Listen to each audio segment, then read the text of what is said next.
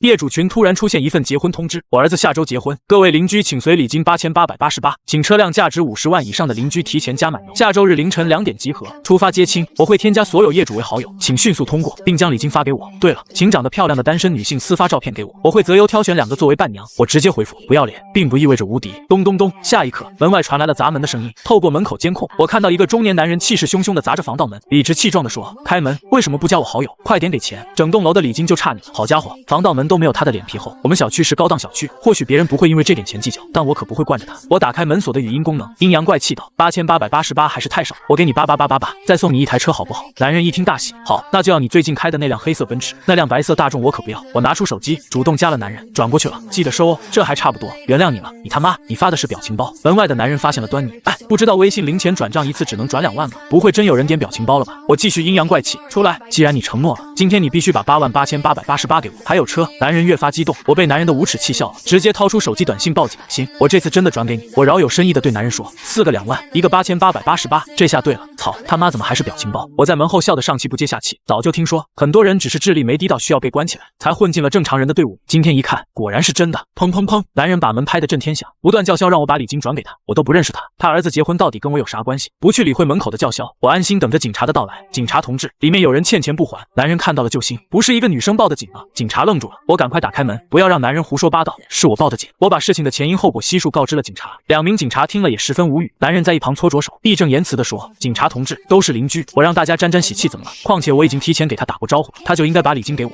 他也答应了礼金给88888，还要送我1辆车，这是不是算他欠我？”警察的嘴角不停抽搐，严肃地说：“现在已经11点，你的行为已经属于扰民了。至于礼金，人家都不认识你，没有义务给你儿子的婚事随礼。”警察批评完男人，转而看向我：“女士，如果他以后再有类似行为，请及时报警。”我点头表示接受。你以后不准再因为这件事骚扰别人，听见没有？最后冲着男人交代一句。警察转身离去，男人走之前撂下一句狠话：“你给我等着。”过了一会儿，我刚要入睡，楼上就传来了捶天花板、上下蹦跳以及其他噼里啪啦的声音。原来男人住我楼上，知道错了吗？乖乖把礼金和车送来，不然每天晚上你都别想睡觉。微信传来男人的叫嚣，我猛地起身，拿出纸盒子和隔音棉，将刚买的小音箱里3层外3层包裹起来，只留一个小口。我将刚刚制作好的装备拿东西顶在天花板上，这样做的好处只有一个，在不影响其他的邻居的情况下，让楼上这家独享极致音乐。我打开了音乐播放器，开始循环播放重金属音乐。很快，微信传来了男人60秒的语音，这是微信的极限，不是他的。我默默将小音箱音量调高1档，然后戴上耳塞，不去理会污言秽语，美滋滋的开始睡觉。第二天一早，我在电梯口遇到了对门的邻居，是个和我差不多年龄的女生。你没事吧？楼上那一家可不好惹。对方向我投来了同情的目光。难道你也？不只是我，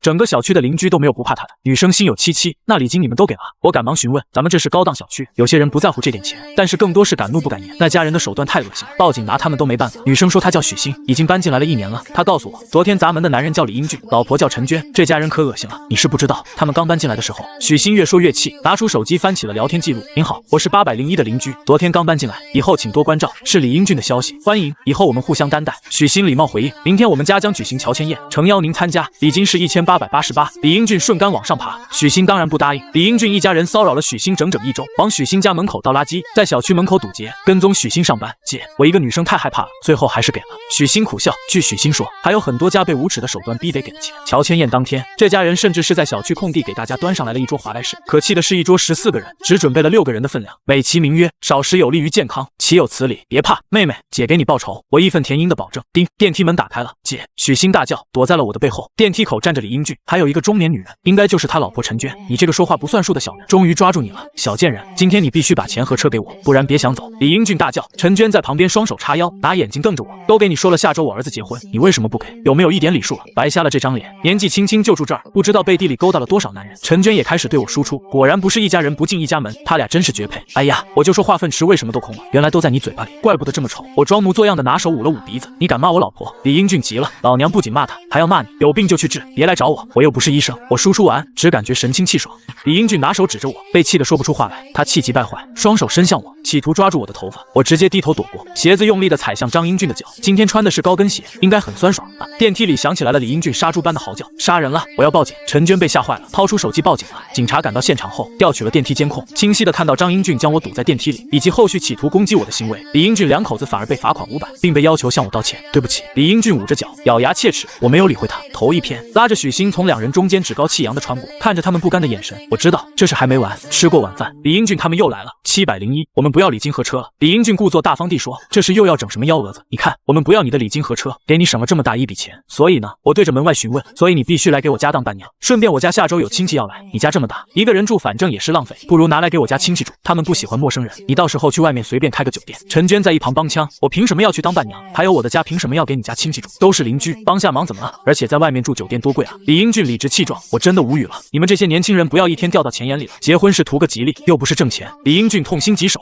不然我报警了。我直接下了逐客令，永远不要和白痴争辩，因为他会把我的智商拉到和他一个水平，再用丰富的经验打败我。你这个小人，怎么就知道报警？我不管，反正我家亲戚过2天就要到了，你必须把房子让出来给他们住，不然没你好果子吃。李英俊被我的话吓住，威胁了我一句，拉着陈娟灰溜溜走了。喂，二姨，是我。顾泽不是放暑假了吗？让他来我这里来玩吧。我掏出手机联系二姨，威胁我还想占我家，那就别怪我寄出版本 T 哦。顾泽是我的表弟，今年18岁，与同龄男生不同，他被鉴定为狂躁症，也就是精神病。我倒要看看李英俊一家人到底要做什么妖。接到顾泽的当天就出事了，从高铁站回到家，智能门锁拒绝我输入指纹，上面显示请24小时后再进行尝试。调取监控一看，一个鬼鬼祟祟戴着口罩的男人在我门前多次输入了错误密码，看身形是李英俊无疑了。我拉起顾泽就冲到了801，我家的门锁是你弄的，别冤枉好人啊！怎么了？回不去家啊？要我说你去外面开个酒店算了，说不定以后每天都回不去呢。李英俊拉开门，阴阳怪气地说，眼看对方死不承认，我强忍怒火，这次我可以原谅你，但是绝不能有下次了。李英俊以为我认输了，意有所指地说，哎呀，我家婚礼还缺个伴娘，还有过2天我家亲戚就要来，如果哪个好心人能把房子借给他们。我斩钉截铁地说，我劝你们死了这条心吧，我既不可能给你们家当伴娘，更不可能把房子借给你。李英俊脸色一变，那就是没得谈了，你可别后悔，记得住酒店的时候要包月。说完，他转身就想关上房门，顾泽一只手按在了门板上，我哪里来的小屁孩？李英俊见关不上门，怒吼，确实没得谈了，我已经给过他们机会，他们却以为是我懦弱。顾泽的狂躁症，外在表现为易被激怒，特别是与我有关的话更容易被激怒。砰！顾泽将李英俊撞飞，用手将李英俊按在地上。刚才你他妈叫谁滚？顾泽是一个很好的弟弟，很好的家人，他从来不会对朋友和家人发脾气，他只会对那些喜欢欺负别人的人重拳出击。不知道为什么，那些坏人都说他是精神病，这些人的本意是侮辱顾泽，没想到顾泽顺水推舟去做了精神鉴定，这下可好，那些坏人彻底鸡犬不宁了。啊，你快放手，我要报警了！李英俊的惨叫将我从回忆拉回了现实。陈娟还有他的儿子听见不对，从卧室跑了出来，他们抄起东西试图去打顾泽。看到这一幕，我直接捂住了眼睛，敌人非但不投降，还试图反击。完了，顾泽的怒气更足了，伴随着一阵噼里啪啦的声音，李英俊一家人整整齐齐地躺在地上，顾泽手持扫把，宛如战神。看着这个场景，虽然不道德，但是真的爽。你给我等着，我马上就报警让你坐牢。李英俊有气无力地说。这时候就到我出场了，嗨嗨，你看这是什么？我掏出了随身携带的免死金牌，精神鉴定证明。你看，打你的这个人呢是精神病，严格意义上来说，别说打你一顿，就算杀了你们，也不会去坐牢的。顾泽配合我露出了一个凶狠的表情，今天随便你报警，反正他最多进去1晚上就放出来了，后面你们就好，今天算我倒霉，你们赶紧滚。李英俊听到我讲的一切，取消了报警的念头。顾泽眉头一皱，走，请你们赶快离开我的家。李英俊察觉到不对劲，连说话都客气了许多。等一下，住酒店的钱得他们出。顾泽开口，连我都愣了一下。对，这个钱你们得给我。行，赶紧走，明天给你们。李英俊如同在赶瘟神，既然有人请客，那我就不客气了。我带着顾泽住进了最豪华的酒店，第2天将账单发给了李英俊。什么？你住的什么酒店这么贵？这个钱太多了，我不会当冤大头。这才多少？你找我要天价礼金的时候怎么没觉得多？如果你不愿意给，那我只能今晚再来拜访了。我淡淡的说，我给。听到顾泽可能会再次上门，李英俊最终还是把钱给了我。拿到钱那一刻，我直接在业主群里发了几个大大的红包，将所有的钱都发了出去。在我讲明这笔钱的来历后，群里刷起了清一色的大拇指，而李英俊一家人却在群里隐身了，连红包都没领，这不符合他们爱占便宜的特点。我总觉得他们准备给我憋一波大。果然仅仅2天后，反击来了，只是我没想到来得这么犀利。刚到学校，我就被学校的领导约谈了。领导递给我一封匿名举报信，上面说我私生活混乱，在和大学生恋爱，同时还和其他异性存在不正当的男女关系。在信封里面还附带着我和顾泽勾肩搭背的照片，还 P 了我和其他男人的私密照。看到这些我肺都气炸了，刚要和领导争辩，领导摆了摆手，小冉啊，我是相信你的为人的，但是别人说的有鼻子有眼，众口铄金，这样吧，你先休息一段时间吧。就这样我被停止了。屋漏偏逢连夜雨，回到小区，刚下车，脚底就传来一阵钻心的疼痛，定睛一看，我的左脚踩到了几颗图钉，已经扎进肉里了。我靠在车上大喘气，看到我的车位上到处都是图钉，4个轮胎已经报废了。冉老师，这是怎么了？身体不舒服吗？要不要帮你联系你家那个小疯子啊？李英俊不知道从哪里跳了出来，我不想与他虚与委蛇，大家看看现在的年轻人啊，没有一点礼貌，好心想帮他，反被骂。李英俊招呼周围的人过来看热闹，这小姑娘也太没礼貌了，就是怎么好意思叫别人滚的？是我早就骂回去。世风日下，听见周围人对我的指指点点，李英俊更加得意。算了，今天就当我老李吃个亏。某些人啊，本性就是这样，以为在群里发几个红包，大家就看不出他的真面目，没有理会李英俊的犬吠。我一瘸一拐的离开了，刚出电梯，我就发现家门口有一滩不明液体和粪便。根据我的经验，这就是狗尿和狗屎。我刚搬过来，与邻居都没有深入交流，唯一得罪的便只有801的李英俊一家人。此刻我异常冷静，既然他们想玩，我一定奉陪到底。李英俊类似的行为成功激起了我的怒火，我一定要让他付出代价。拍照留好证据后，我回到家进行了一个简单的包扎。姐，我去找他们，看见我脚底的伤，顾泽坐不住了，我赶紧拦下了他。忘了我怎么教你的，现在上门反而会被倒打一耙，说我们随便找个人出气。在我的劝说下，顾泽放下了手中的菜刀，毕竟是我弟弟，哪能真让他去砍人。包扎好伤口，我带着顾泽开始查看门口监控，是一条大黑狗在门口排泄，中途没有出现其他人，但视频之外隐隐约约传来了一个声音：旺财上就是这家门口，去拉吧。声音很陌生，不像是李英俊和陈娟的声音。我将视频导入了手机，让顾泽搀扶着我去物业看车库的监控。车库的监控显示，一个矮凸胖的男子频繁出现在我车位前，通过放大摄像头可以看到，他每次经过都从裤兜里抖出了一把图钉。两道视频都没有出现李英俊一家人的身影，难道是我猜错了？突然我灵光一闪，李英俊说过，过2天他家会来亲戚。果然在物业那里一打听，就得到了答案。昨天李英俊在物业那里登记了8个外来临时人员短住，其中有人牵着一条大黑狗。据当天值班的保安说，这些人一来就把小区弄得乌烟瘴气，随地小便、吐痰，到处乱扔烟头，还差点引发火灾。同时他们还经常扮模骚扰年轻漂亮的业主。奇葩的亲戚果然也不是什么好东西，监控可以证明是他家亲戚干的，怎么解决？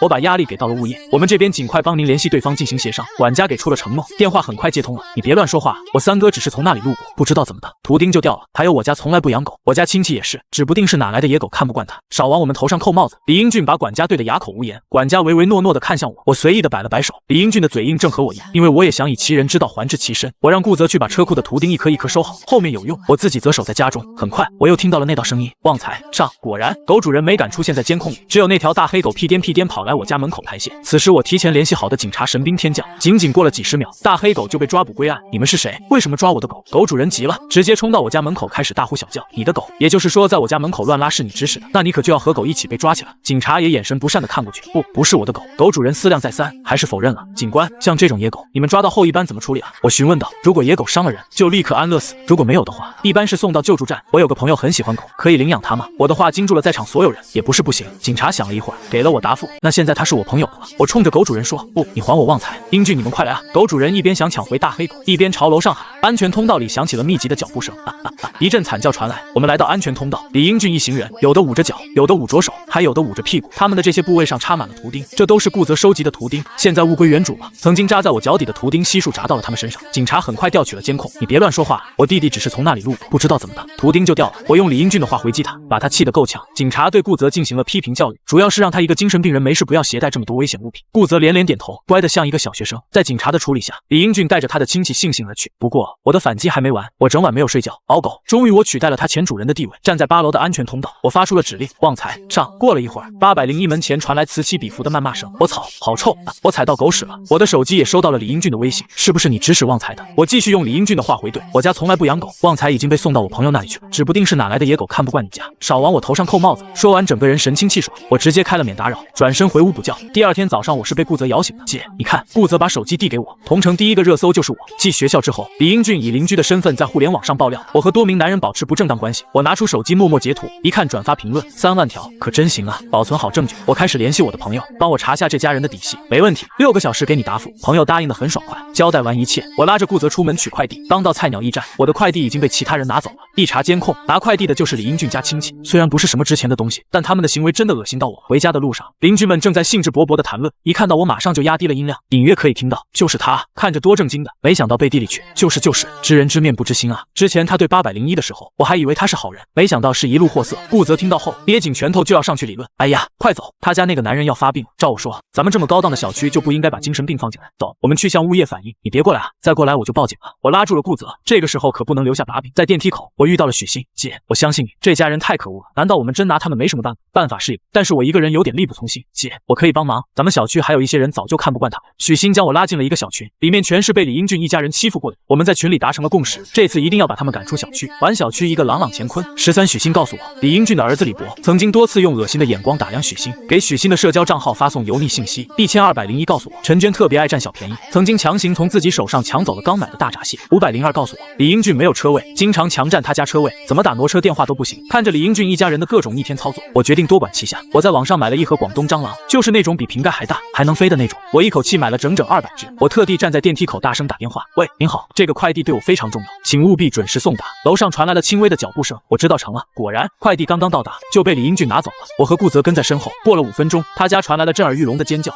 这是什么？我和顾泽相视一笑，赶紧下楼回家。李英俊一家人和亲戚如同逃难一样往外跑，直接堵在我家门口要说法。我没有惯着他们，直接报了警。警察到来后，我出示了菜鸟驿站的监控和发票，要求李英俊一家人赔偿。你有病是吧？买蟑螂干什么？我乐意，法律有规定不能买蟑螂。我直接对了回去，记得赔偿我购买蟑螂的3万。你他妈金子做的蟑螂，想要我赔，门都没有。李英俊断然拒绝。提醒一下，你这边要是不愿意赔偿，那我们只能把你抓起来了。这个金额判个2到3年没有问题。警察小哥来了神助攻，最终李英俊认怂了，不情不愿的把钱赚了过来。他的表情如同亲妈死了一样难看，我开心的乳腺都舒畅了。214等警察走后，我家里的施工队也到了，我直接让他们把李英俊的车用铁栅栏围了起来。很快，我又接到了李英俊的微信：你他妈要死啊！你把我焊死在车位上，老子现在要出门。我慢条斯理的回复：刚才有事没看到？我刚刚租下了这个车位，我在自己的车位上做任何事情都是合法的。对了，提醒你一句，栅栏2万，操！又是60秒的极限语音，看这个样子，他应该是已经撞开了铁栅栏。哦豁，警察又来了，李英俊又赔了我2万，我直接当着李英俊的面将钱转给了502。李英俊的牙都快咬碎了，这才哪到哪，后面还有的他受的。就这样，李英俊安静了1天，没有再作妖。第2天一早，我和许昕在小区蹲了好久，终于遇到了陈娟。我故意当着她的面将一袋蘑菇递给了许昕，所以你看，我们比你大这么多，也算你长辈，长辈都和你道歉了，这事也算完了。礼尚往来，你来我家当伴娘吧。听说你现在也没男朋友，你看我家这个侄儿就挺好。李英俊苦口婆心，我一看他那个侄儿看起来都有35了，跟个煤气罐一样，眼睛还没有米粒大，差点给我看晕了。你看你以前私生活那么混乱，还和小精神病有一腿，他一点不嫌弃，只要安分守己，每天给他洗衣做饭就好。不是我说你，就你这个名声，有人愿意要你就偷着乐吧。我敏感察觉到机会来了，对原有的计划做出了改变。你们说的也有道理，我的语气逐渐缓和。现在都新时代了，我们男方这边肯定是不给彩礼的，但是根据传统，你们女方这边是要给陪嫁的。陈娟在一旁继续说，那陪嫁多少合适呢？我强忍不是，眼看我的语气有松动，他们大喜过望。我们也是讲道理的人，陪嫁意思意思就行了。你现在住的这套房子肯定要陪嫁过来第一时间要过户给男方，毕竟男人没有自己的房子出去会很丢人。嫁妆就再来101万，象征100万里挑一，车记得也要给男方买新的。你那车有点旧了。对了，听说你是独女，嫁给我侄儿之后，你们家也算有男丁了，你爸妈的财产也有了人继承。原来是看上了我家的财产，把我当成阿拉丁神灯了。好，我点了头，这就对了。后天我们来接你。李英俊一家连忙答应。等他们走后，顾泽看着我说，姐，我好想出去打他们，我感觉他们比我更应该进医院。我胸有成竹地说，不急，小泽，你听说过一句话没有？欲要使其灭亡，必先使其疯狂。婚礼当天，我和小区里的诸位邻居都参加了婚礼。在当伴娘的过程中，那个煤气罐多次想对我动手动脚，都被我以结婚之后干什么都可以敷衍过去。仪式正在进行，主持人的声音富有磁性。接下来请看新郎新娘甜蜜时刻啊！这是什么？没想到他们一家竟然是这种人。新娘好惨，现在嘘声一片。大屏幕上播放的并不是安排好的 vlog， 而是我精心制作的视频，里面有李英俊一家人的种种恶行，也有李博骚扰许昕的聊天记录。新娘气得脸色涨白，给了李博一个耳光。女方亲戚，特别是女方那几个膀大腰圆的哥哥，追着李博暴打，现场一片混乱。李英俊一家似乎反应了过来，咋呼呼朝着我们涌来，都是你这个小贱人，看我不撕烂你的嘴！陈娟连自己都骗了，冲上来就想对我动手。顾泽忍了这么多天，这下终于不用惯着他们了。他冲上去抓起陈娟就是2耳光，边打边说，叫你污蔑我姐。李英俊一家人看见陈娟被打，哪里还能忍？他们冲上去围攻顾泽，顾泽跟个战神一样，短短几分钟，他们全部被打翻在地，爽了，彻底爽了。后续李英俊报了警，妄图抓我和顾泽，我反手出示了他在各种污蔑造谣的证据，结果他反而被抓了进去，因为案件事实清楚，证据确凿，很快就移送法院审理。开庭前，陈娟还在孜孜不倦地找我，央求我出谅解书。妹妹，求求你，我们真的知道错了。为了道德绑架我，她甚至在人群密集的地方向我下跪。可惜只要我没有道德，就没有人能够绑架我。你们当时造谣，害我停职，想让我嫁给你侄儿的时候，可不是这个态度。你们不是知道错了，你们只是怕了，丢下这样一句话。我带着顾泽霸气离去。很快，法院审理完毕，李英俊因侮辱诽谤被判有期徒刑3年，期间煤气罐也来找过我，被顾泽直接插了出去。更好笑的是，801的房子并不是李英俊，他们很快就被房东赶了出去，从此消失了我的世界里。